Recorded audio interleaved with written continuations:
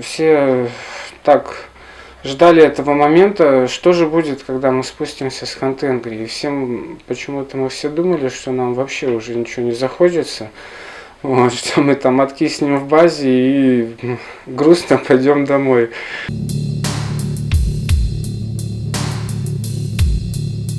А вот запомнилась именно вот эта вот пустота, именно что ты с горой один на один, что на Ханты-Энгри мы ходили, что на Победу. И ты идешь, ты понимаешь, что в районе 50 километров никого нет. И вот это вот ощущение мне запомнилось больше всего. Какой-то такой восторженности, чего-то такого вот необыкновенного, вот, великого вот в этих горах чувствовалось, когда действительно ты один на один с природой. И горы, они очень большие. Это очень большие горы, а ты чувствуешь себя песчинкой. И вот это вот, оно не давило абсолютно, но именно восторженность постоянная была. Вот это, наверное, запомнил больше всего.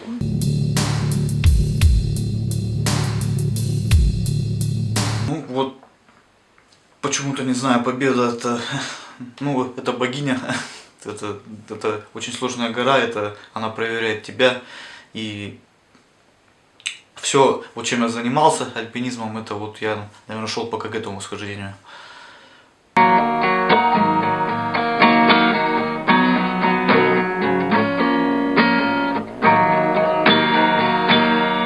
Уходит в туман с утра караван, туда, где нет лета, по круглому году в лучах солнца света.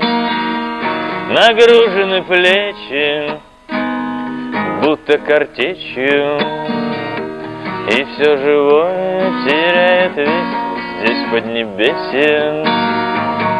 И все живое теряет весь здесь поднебесье. План появился 2 года назад, в 2015 году, когда Серега сходил. Ну, не сходил, когда он участвовал в экспедиции ЦСКА на Победу, они пытались сходить.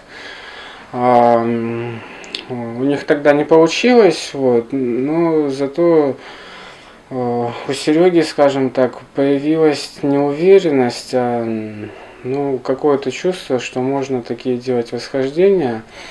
Вот, и он сказал, что давайте попробуем на Ленина сходить сначала. Сходили мы в прошлом году на Ленина, ну и логичным продолжением можно было считать, что вот надо следующую экспедицию на Ханты-Энгри делать. Победы у нас как таковой в планах не было, вот. В планах была только попытка, вот. Но попытка выросла в что-то большее.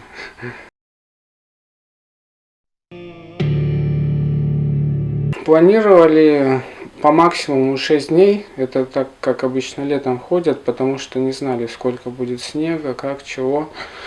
Вот. Когда приехали к леднику, да, посмотрели, что вроде бы состояние неплохое, ну, были мысли, что за 3 дня дойдем. Вот. Но на самом деле там камнем преткновения стали большое количество марин. Вот, конечно, марины нас очень сильно там притормозили. Вот, и в итоге мы за 5 дней только дошли. Вот, но было еще много груза. Ну, в общем, думали, что чуть побыстрее. В общем, подход получился достаточно жестким. Вот, много очень сил забрал. После подхода восстанавливались пару дней, да, у нас там, правда, была еще заброска, мы еще летом вертолетом забросили туда еду, которая не портится, там сухари, в общем, сублимат, все такое, немного снаряжения. На рюкзаке все равно у нас на старте были примерно 35 килограмм на человека, вот. не спортивно. Да давай, что силу такая?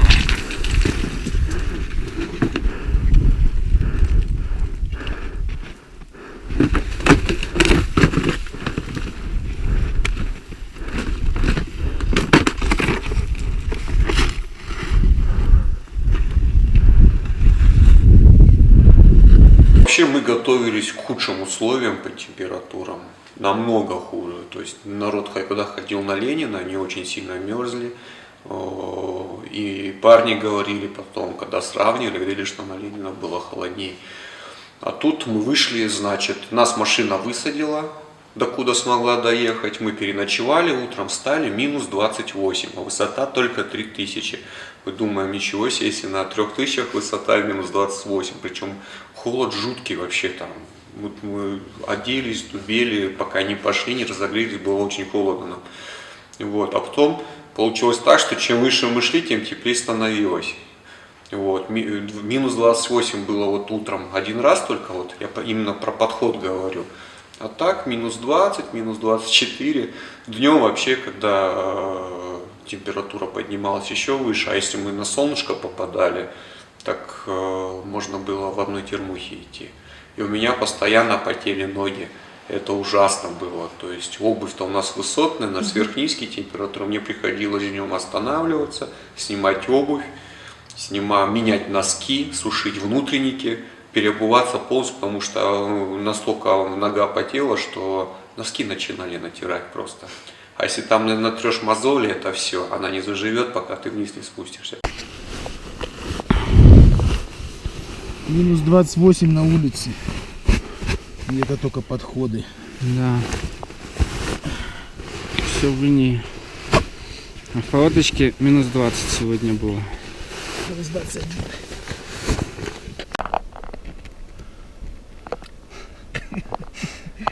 Дырка.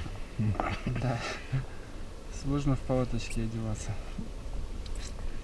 Особенно когда замки не работают. Начало мы шли по летней тропе. Парни в какой-то момент решили попробовать пойти по морению. Вот. На этом мы потеряли там несколько часов времени во второй день. Из-за этого они дошли до Мерсбахера. Вот. И вместо того, чтобы спать в домике, спали еще одну ночь в палатке. Вот. А так, да, до Мерсбахера по летней тропе шли, так как обычно летом трекеры ходят. После Мерсбахера, ну, по морению тоже какое-то время шли по летней тропе, а потом мы уже начали идти по речкам, то есть там, где летом вода бежит, и пройти там, ну, невозможно, да, просто зимой оказалось это самый простой путь, то есть мы шли уже вот по речкам, спускались в каньоны в эти, которые промыли, и прям по речке идешь вверх, получилось очень быстро и легко. Чем скакать там по сиракам, по маренам, как обычно летом делают. Вот, по речкам было самое приятное, конечно, шагать. И мы вот выше Мерсбахера большую часть пути шли именно по ледовым речкам, которые замерзают сейчас зимой.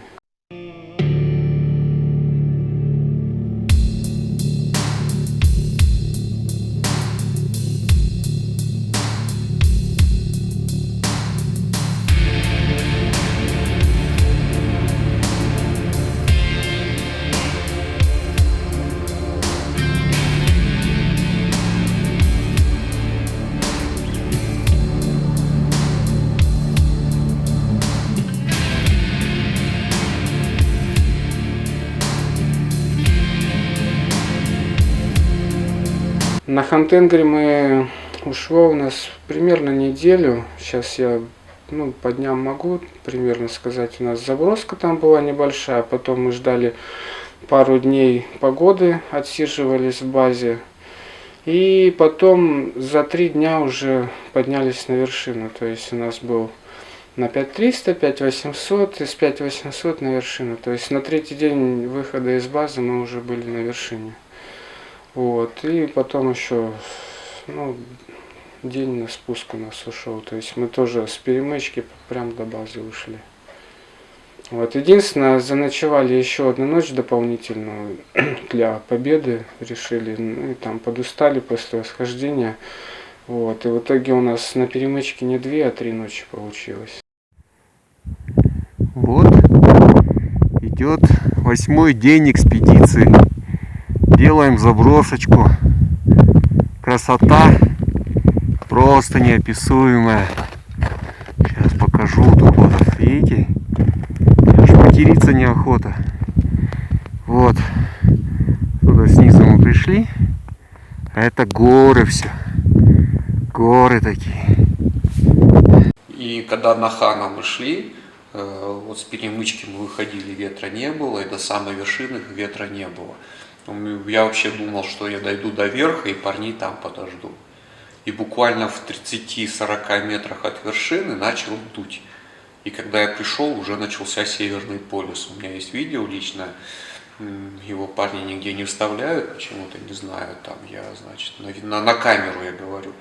Вот там я смотрю, мне жалко себя, потому что там весь оброс льдом сразу, там очень холодно. И мысль, что я там провел максимум минуту-две, не больше. И все, я вниз побежал, потому что было очень холодно.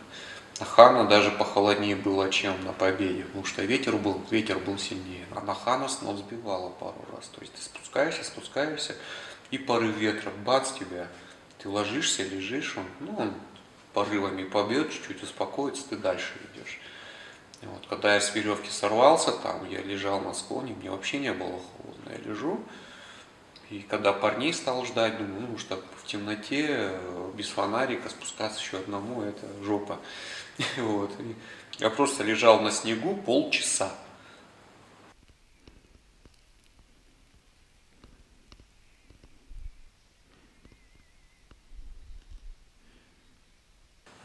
Ну, было тяжело, потому что это было в альпийском стиле. И ну, плюсом у ребят была какая-то акклиматизация предварительная, то есть они Ала-Арчу это прошли перед экспедицией, а у меня из-за работы не получилось, я поэтому сразу с самолета в экспедицию. И вот все думали тоже, что как бы, ну, мне будет тяжелее немного. Ну, мне было тяжелее, потому что акклиматизации не было такой достаточной. Ну, на Хан-Тенге, безусловно, самое сложное было то, что мы пошли на него без акклиматизации. Вот, пошли в альпийском стиле, до 5800 более-менее догребли, а потом, конечно, до вершины мы выползали просто. Ну, тяжко было, без акклиматизации. Спуск тоже уже по темноте был, такой небольшой Апасян, как говорится. Вот. Ну, нормально все отработали. Но самое сложное на Хан-Тенгри это было вылезти на вершину. Шли и плакали, как говорится, от усталости. Прихожу к вершине 4:30. Для меня это таким шоком было. Даже не без 25 было. Вот. И я уже думаю, блин, и парней нету. Думаю, ну, значит, может, развернулись, то ли что. И вниз побежал сразу. Вот. Это очень поздно. То есть, если бы я знал, сколько времени, я, может быть, развернулся бы даже. Это очень опасно. Тем более зимой, когда короткий день. Вот, люди на Хана ходят зимой, летом, когда, то там в 3-4 уже разворачиваются с любой точки. А тут зима и 4:30 на вершине. Это неправильно, не должно так быть. Стоп, Леха, стоп. Вот такие вот нынче.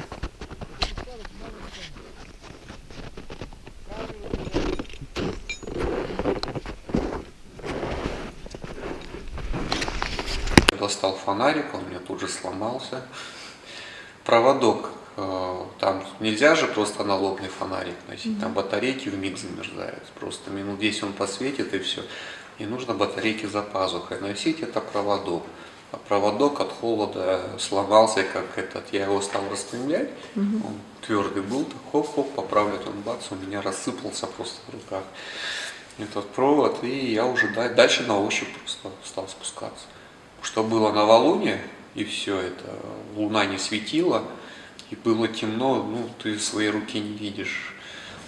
Ты видишь только вот линии, где скала соединяется со снегом. Вот этот контраст ты видишь и все. Не видишь, какой склон под тобой, какого градуса, ничего.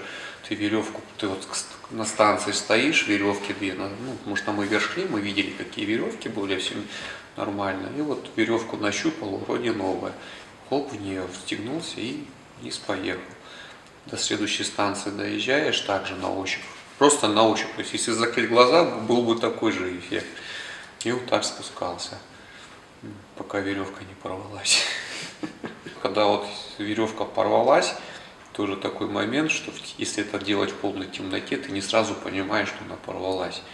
То есть ты в невесомости, получается, тебя когда опрокидывают, ты же дельфиряешь. Если веревка рвется, тебя сразу так вниз головой просто. И вот этот момент, и ты не я вот, например, не понимал, что вообще происходит. Вот. Не было, что вот, там, если бы я видел, да, что хоп, там же сразу все мелькать начинает, ты понимаешь, ты летишь, у тебя веревка порвалась. А тут по ощущениям даже не можешь понять, что вообще происходит. Ты оказался в полной невесомости. А потом, когда стал, об склон ударился, там покатился, тогда уже стал что-то соображать и что-то делать. А много пролетел, по твоим ощущениям? Без понятия. Без понятия. Но веревка, по крайней мере, вот, то есть получается, ты же дельфиряешь, у тебя веревка где-то там порвалась, и ты вот на этой веревке, она не натянулась, то есть я не пролетел ниже следующей станции, получается. Я просто потом по этой веревке, ну она вот где-то рядом нащупал ее, по ней вышел к станции. Вот что осталось от палаточки после бурного вечера. Повеселились мы. Вот так вот. Виной всему вон та горелочка. Аккуратнее с газом, народ, в палатках. Да. С огнем. Там что-то я стал кудесничать с баллонами, там все вспыхнуло. Я впервые понял, что можно сгореть заживо. У меня такое обычно, часто бывает, вспыхивает газ, там бензин, да, но это как он вспыхнул и тут же ушел, да. А тут он горит и горит, горит и горит и не перестает. Я понимаю, обычно по пламя очень легко сбить, а тут не получается сбивать. Не чтобы мне закрутить горелку, да, я стал скручивать баллон. А когда я стал скручивать баллон, газа еще больше, короче, пошло. И вот это все в огне уже, я чувствую, что морда начинает гореть, все. А Леха сидел у входа. Ну и он молодец, он не растерялся. Он тоже сначала пытался сбить, когда уже поняли, что все уже, пламя вообще нифига сбиваться не собирается, мы уже начинаем гореть. Он схватил, значит, у меня, выхватил из рук вот эту хрень горячую, выпил. Ну, сначала открыл ход, естественно, выкинул горелку, сам выпрыгнул. И я за ним следом выпрыгнул, по снегу покатались. Ну, короче, катались по снегу, тушились. Уже Серега, и успел Серега выпрыгнуть. Нас, короче, тоже, ну, закидал снегом, короче, горелку закидали снегом. Говорю, Серега, ты молодец, так быстро выскочил, короче. Ну, можете сейчас сказать что-нибудь? Очень хочется домой. Делали. Все нормально. Вот так. На фоне ледопада. Возвращение блудного сына, только у меня вспышки нету. Освещения нету. С фонариками подсветим. Подсвечивайте. Ура! Вся команда в сборе. Поморожено только 2 носа. Молодец. С горой. Ура! Ура! Ура! Ну, я давно на нее стремился, у меня уже было 3 попытки на победу. Ну, правда, по классике, не по Балакову, по классике. 3 раза меня гора разворачивала именно из-за непогоды. Причем 3-й раз развернула так, что, ну, там пришлось побороться за свою жизнь реально. Вот. 4 дня мы там копали, потому что выпало 2 метра снега за сутки. И то, что мы за день поднялись, мы потом 4 дня просто рыли траншею, невозможно было это. И когда я уже 4-й раз иду на победу, конечно, она для меня такой знаковая была. То есть пустишь в этот раз, не пустишь. Победа, это она тебя убивает просто размерами. Я когда первый раз под победой был, тоже... Какой год? Это был 2006 год. Я первый раз попал на НЛЧ, и вот под Победой стоишь, и это ты не видишь ее масштабов абсолютно. Ну, гора, сейчас пойдем, полезем, там сходим, не сходим, другой вопрос, но ничего такого. А потом там на фоне этого склона вертолет пролетел. И все это понимаешь, что ты его не видишь, этот вертолет. Ты его слышишь очень хорошо, потому что это горы, это вертолет, штука не тихо. Вот. Но надо осматриваться, искать, и потом там, на склоне, ты где-то видишь маленькую точечку такую вообще. Причем ты стоишь под горой, ты не там где-то в базовом лагере, да, а ты под горой, вот уже, и вот он над тобой летит где-то там. И ты потом его находишь, и тут тебя принимает. Какие же там просто масштабы невероятные. Вот. И мы там набирали, тоже мы Абалаково маршрут, как бы зимой самый безопасный маршрут, ну, так оно и есть. Вот, и мы когда еще подходили еще по НЛЧеку, мы этот маршрут видели сбоку, получается. Ну и посмотрели, что, в принципе, профиль такой, более-менее пологий, нет там никаких стен, ничего.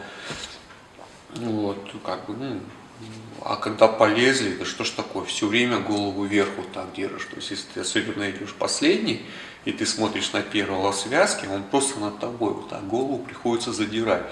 Все время вверх.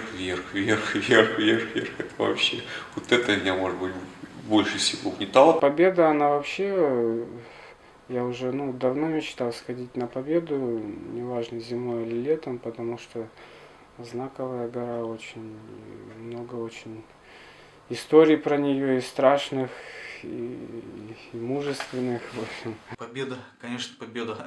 Я даже более хочу сказать, она еще до сих пор меня не отпустила, эта гора. И вот хочется еще попробовать по другому маршруту сходить туда. Потому что летом я пытался сходить по классике, и у нас не получилось, мы дошли до 7000. 7000 высоты, где лишь самолеты под властью пилота легко разрывают врата небосвода. А наша работа от крови и пота почетная особа, ведь мы ближе к Богу на этой дороге. Почетная особа, ведь мы ближе к Богу на этой дороге. Сил был огромный запас, настроение у всех хорошее, бодрое, боевое. И мы просто только даже в базу спустились и сразу уже начали говорить о том, что будем делать на Победе. Кто первый заговорил? Да никто, в общем, все как в один, можно сказать, в один голос.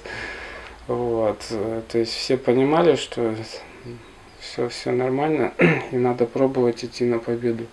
Ну и уже тогда начали появляться мысли, что надо пробовать тоже идти до вершины. 2 полных дня просидели в лагере, и на 3-й день уже вышли на Победу. Вот.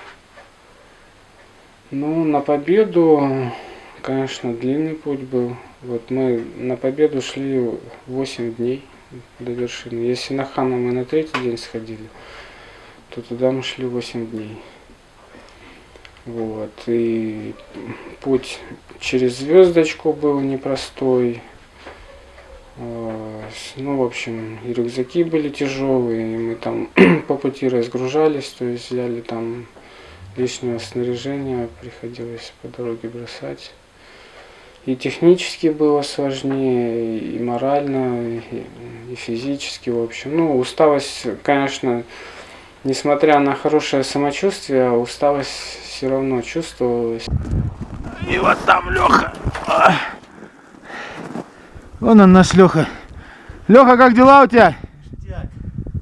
Блять, меня крутануло тут в трясине. Давай не висни долго, передай сейчас все. А тут получилось как? Леха прошел трещину, причем по мостику, такому не очень хорошему, что в таких моментах часто останавливаешься, человека принимаешь, прямо через страховку. И вот он остановился и стал Серегу принимать, выбирать ему веревку, и мы его сзади. А он, оказывается, прошел трещину, метр прошел и встал на другую трещину уже. А там задуто было, я потом думаю, ну что, он не видел, всегда трещину, в принципе, можно угадать, она угадывается. Нет, там было выровнено все как стол, и никто бы не мог подумать. И он выбрал несколько метров Серегу и провалился, короче. Вот, поэтому на 4 метра и ушел туда. Вылазим на пьедестал, заключительные перила. Второй день пути от лагеря. Давай, Леха, дорабатывай. Мы почти на пьедестале. Уставший Леха. Наконец-то открылась вершина. Блин, закрылась. Куда-то нам туда. А я красиво Тут снял. вот счастливый Семен сейчас пролазил эту веревку ужасную. В лагеря мы просто шли, там, где нас время заставало, там и ставили. Практически там везде, на этом маршруте можно везде лагеря ставить, почти везде. То есть там через каждые, там, ну не знаю, 2-3 часа попадались места для площадок. То есть проблем с лагерями не было. Единственное, что мы хотели сначала рыть пещеры, хотя бы там одну где-нибудь на 6200, на крайний случай, если порвет палатку, да, или что-то, да. Но уже в ходе мы поняли, что у нас для этого ни времени, ни сил не хватит. У нас, то есть, уже мы когда выходили, взяли запас продуктов, газа примерно на 7 дней, вот. То есть у нас там еле-еле впритык хватило. То есть у нас запланировано было 7 дней, а шли мы наверх 8 и вниз еще 2. То есть у нас вместо 7 9 дней получилось. И нам пришлось там растягивать. Если останавливаться и рыть пещеру, это почти целый день идет. То есть мы много времени, сил потеряем. Вот такая погодка у нас на 4-й день. Поднимаемся на 6000.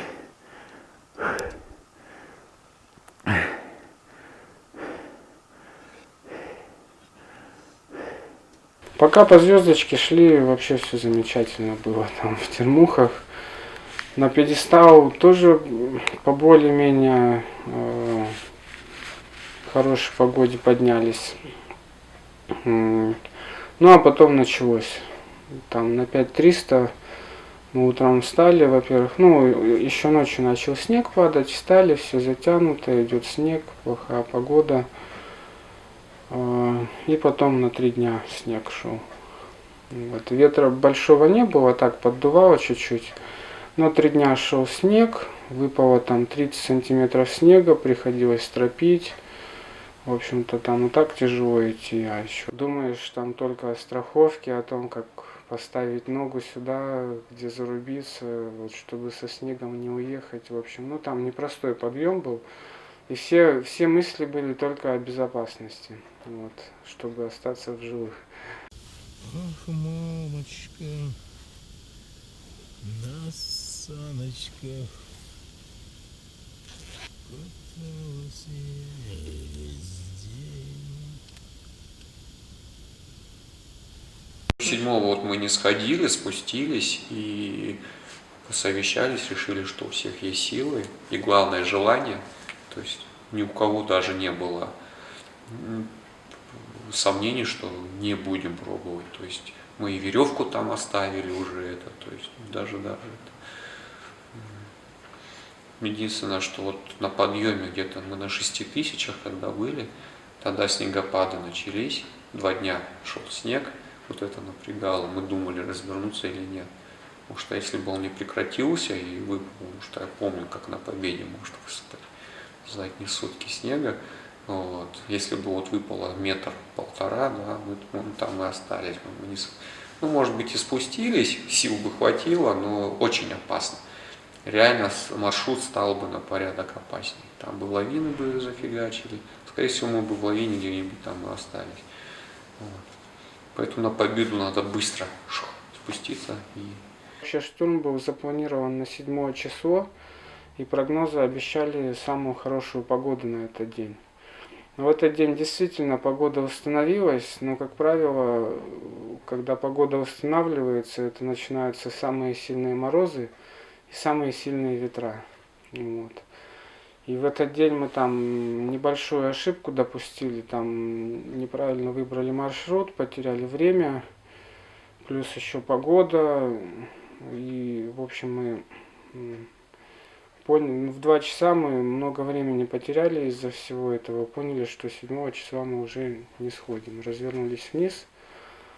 Вот. Ну и решили, что спускаемся в лагерь, да, и по самочувствию решаем.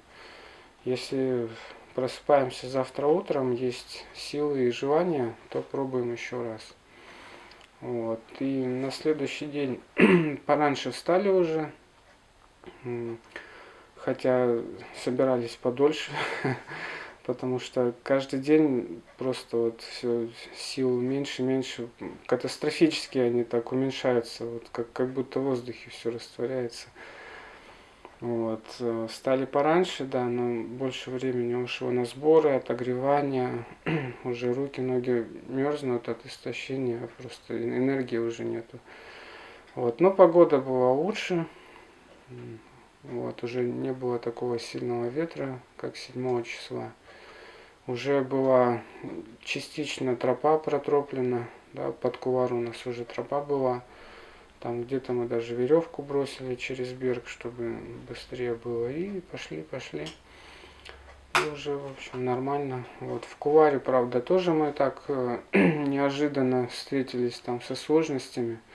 Потому что 7 числа посмотрели, вроде бы все нормально. А когда начали лезть, и там оказалось не все так просто. Вот. И мерзли постоянно, то есть каждые полчаса приходилось останавливаться, то есть полчаса идешь, останавливаешься, 10-15 минут машешь руками, ногами. Вот. Потому что как бы ты ни отогревал, они потом все равно замерзают. Сегодня с востока задуло жестоко. Мой друг на пределе, он в сетке прицела, скоро неделю. Но надо держаться, чтоб не остаться на этой дороге, которая к Богу ведет понемногу. На этой дороге, которая к Богу ведет понемногу. На этой дороге, которая к Богу ведет понемногу. В 7 часов утра мы вышли, и в 1:30 там был. Ребята в 2 вылезли, Серега с Мишкой в 2 вылезли, а Леха где-то уже к 2:30, наверное. Ну, я уже стал подмерзать, то есть получается как, вот с северного склона, с Кувара, то выныриваешь на гребень, еще с гребня нужно где-то 10-15 минут идешь к вершине. Вот. Туда-сюда, вот я сходил один сначала, парней встретил, дождался, они вылезли, потом с ними сходил, пофотался, там видео спустился, да, вот, и Леху еще раз подождал. Леха уже вылез, и я вниз пошел, а парни с ним сходили на вершину, там вот, ну там мне ручки прихватило, именно руки. Я там уже по фоткам видно, что у меня руки в кулаках, короче, не так в перчатках, а это.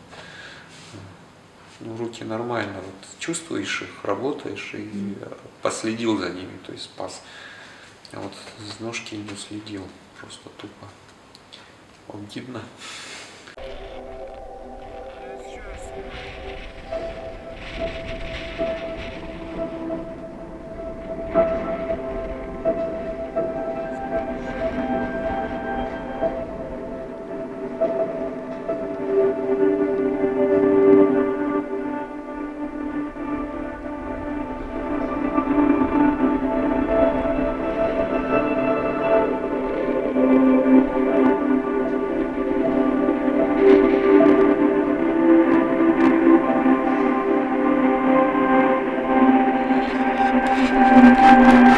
Конечно, стоять на вершине было тоже, да, когда ты вылез на вершину, и если до этого 8 дней ты видел только одни склоны, а тут ты вылазишь, и перед тобой открывается там горизонты бесконечные, да, то есть зимой, вот чем мне еще нравится, такая настолько чистая атмосфера, и просто видно там за сотни километров в округе, то есть видно было там, где горы заканчиваются, начинается пустыня в Китае, и солнце, там, пейзажи, в общем, все. Вот это, конечно, в голове прям застряло.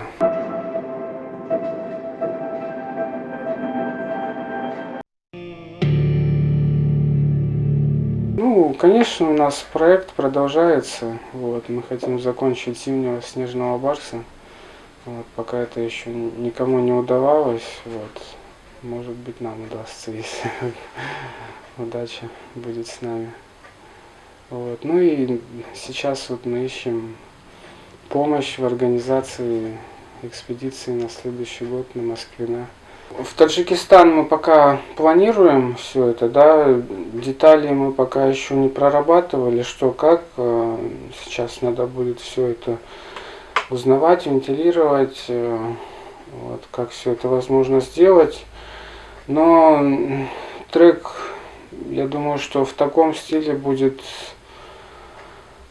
либо очень затруднительно, либо невозможно сходить зимой, потому что, во-первых, мы маршруты не знаем, я думаю, что трек сложный, то есть нам сейчас важно очень найти деньги на авиацию, вот, чтобы нас смогли туда забросить вертолетом и обратно забрать вертолетом.